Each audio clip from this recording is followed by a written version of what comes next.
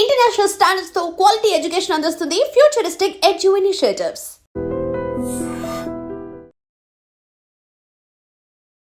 వికారాబాద్ జిల్లా తాండూరులో జరిగినటువంటి అత్యంత ఘోరమైనటువంటి సంఘటన. ఎందుకు ఘోరమైన సంఘటన అంటున్నా అంటే, వీళ్ళిద్దరూ ప్రేమించుకొని పెళ్లి చేసుకున్న సందర్భం. పరమేష్, అనుష వీళ్ళిద్దరు కూడా చిన్నప్పటి నుంచి కూడా కలిసి పెరిగారు, కలిసి చదువుకున్నారు. సో వీళ్ళిద్దరికి కూడా ఏదో మధ్యలో పరిచయమైనటువంటి వ్యక్తులు కాదు, మధ్యలో ప్రేమించుకున్నటువంటి వ్యక్తులు అయితే అసలే కాదు. ఒకరి గురించి ఒకరికి తెలుసుకోకుండా చేసుకున్న మ్యారేజ్ అయితే అసలే కాదు. ఎందుకంటే తాండూరులోనే ఉంటారు వీళ్ళిద్దరు కూడా.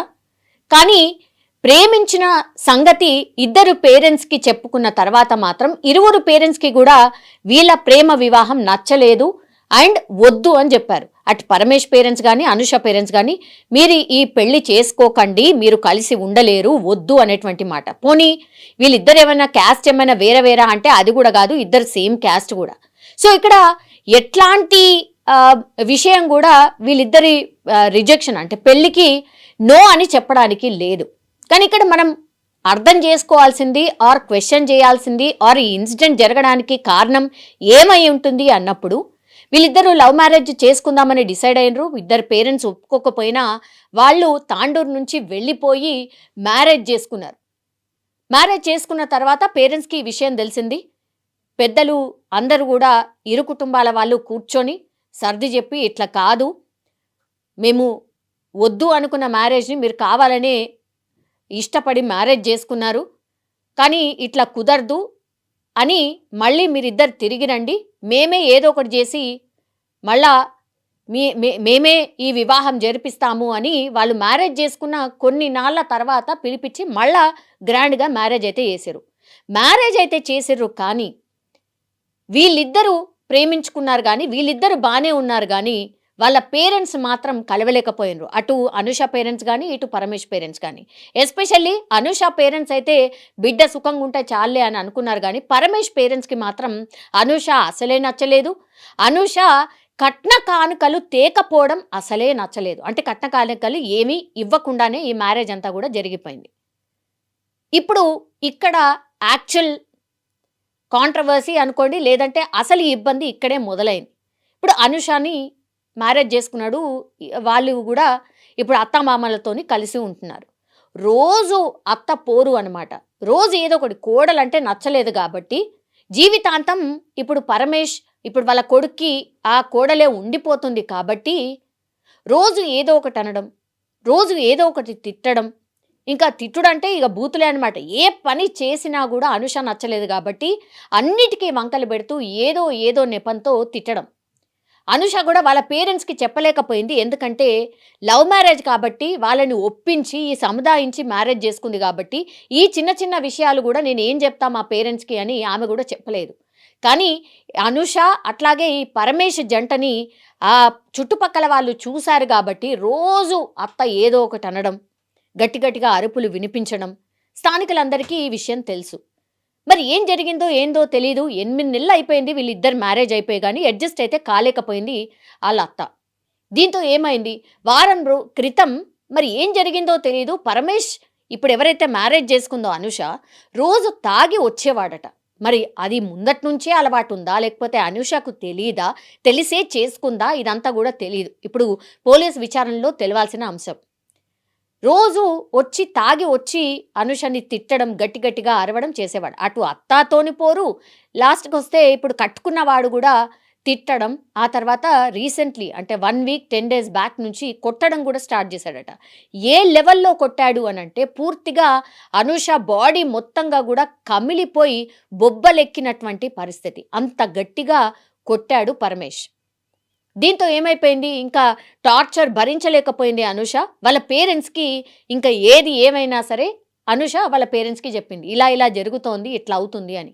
ఇంతవరకు ఏమాత్రం కూడా అత్త వాళ్ళ ఇంట్లో ఏం జరుగుతుంది అనేది కూడా చెప్పలేకపోయింది అనుష. కానీ భరించలేని టార్చర్తోని ఆమె చెప్పింది.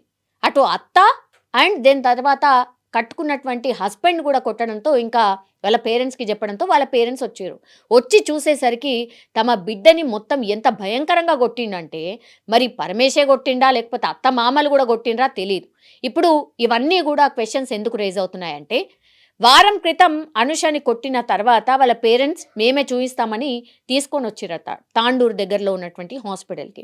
ఆ హాస్పిటల్కి తీసుకొచ్చిన లోపలనే ఈ పరమేష్ కానీ లేకపోతే వాళ్ళ అత్తామామలు కానీ మా కోడల్ని మేమే చూయించుకుంటాం, లేకపోతే మా వైఫ్ని నేనే చూయించుకుంటాను అని చెప్పి తీసుకెళ్తున్నటువంటి అనుషని మధ్యలోనే దించేసి వాళ్ళు మేమే హాస్పిటల్కి తీసుకెళ్తామని ఇంకో హాస్పిటల్ దగ్గరలో ఉన్నటువంటి హాస్పిటల్కి తీసుకువెళ్ళారట. మరి తీసుకువెళ్ళారా, ఏం జరిగిందా తెలియదు, అసలు తీసుకువెళ్ళినరా లేదా అనేది కూడా తెలియదు. లాస్ట్కి వస్తే ఏమైంది, ఈరోజు పొద్దున అనుష చనిపోయినటువంటి సిచ్యువేషన్లో వాళ్ళకి ఇన్ఫర్మేషన్ వచ్చింది, వీళ్ళ పేరెంట్స్కి.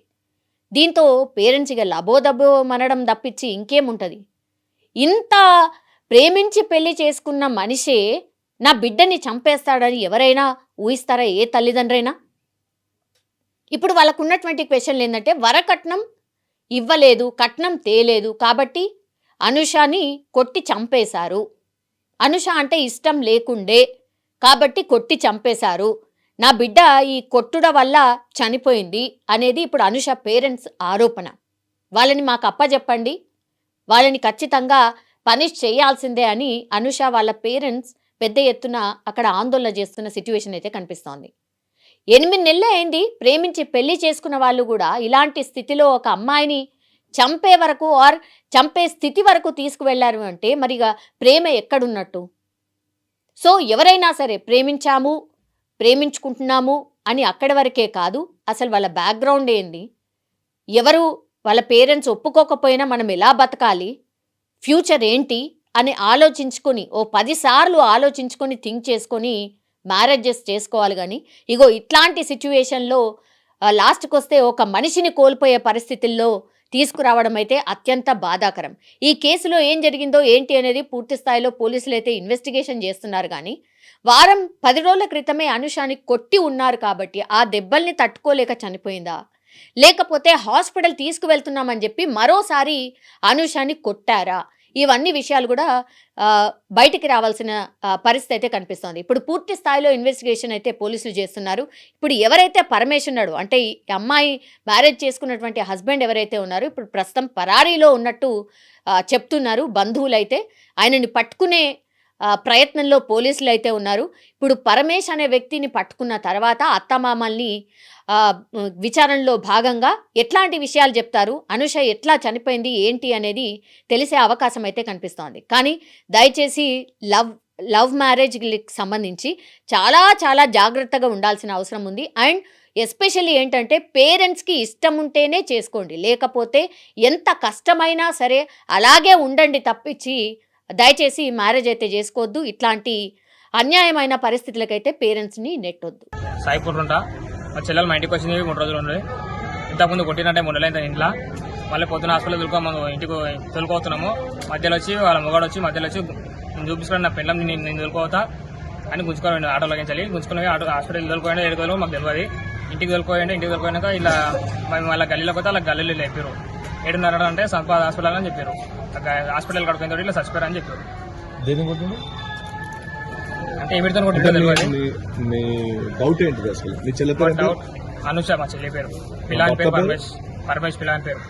ఎప్పుడు పెళ్ళి అయింది? పెళ్ళి ఏప్రిల్ అయింది. ఇంకా 1 వీక్ ఇంకా సంవత్సరం పెట్టా కదా పెళ్ళి. 4 నెలలు అయింది, 8 నెలలు అయింది పెళ్ళి. అంటే కారణాలు ఏమన్నా ఉన్నాయి? కారణాలు వాళ్ళ ఇంట్లో పంచాయతీలు ఏమున్నాయి, వాళ్ళ అమ్మకు వాళ్ళకు పట్టరాదంట. అంటే వీళ్ళు లవ్ మ్యారేజ్ చేసుకోరు, వాళ్ళ ఇంట్లో ఇష్టం ఉందో లేదో మాకు కూడా తెలియదు.